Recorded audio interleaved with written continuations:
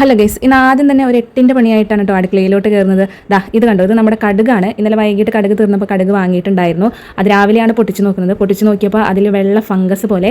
ഞാൻ expiry date നോക്കിയപ്പോൾ അത് കഴിഞ്ഞിട്ടൊന്നുമില്ല. അപ്പോൾ ഈ ഒരു ക്യാബേജ് ഉപ്പേരി വെക്കാനായിട്ട് കടുക് പൊട്ടിച്ചതാണ്.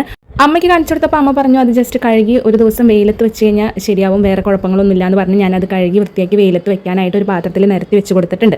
അപ്പോൾ ഇന്നത്തെ കറികൾ എന്ന് പറയുന്നത് ക്യാബേജും ക്യാരറ്റും കൂടി ഉപ്പേരി വെച്ചതാണ്. പിന്നെ വെണ്ടക്കായും ഉരുളക്കിഴങ്ങും കൂടി ഇതേപോലെ പാല് പിഴിഞ്ഞ് വെച്ചിട്ടുണ്ട്.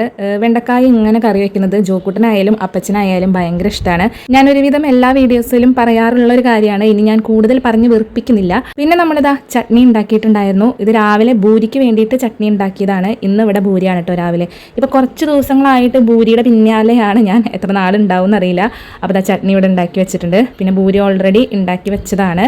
അങ്ങനെ രാവിലത്തെ ഫുഡ് അടിയൊക്കെ കഴിഞ്ഞു. ഉച്ചയ്ക്ക് വന്നപ്പോഴും ഞാൻ പൂരിയും പിന്നെ നമ്മളുടെ വെണ്ടക്കായും ഉരുളക്കിഴങ്ങും കറിയും ക്യാബേജും ക്യാരറ്റും കൂടിയിട്ടുള്ള ഉപ്പേരിയും പിന്നെ കൊണ്ടാട്ടം മുളകും പിന്നെ ഇഞ്ചമ്പുളിയും കൂടിയിട്ടാണ് എൻ്റെ കഴിപ്പ്.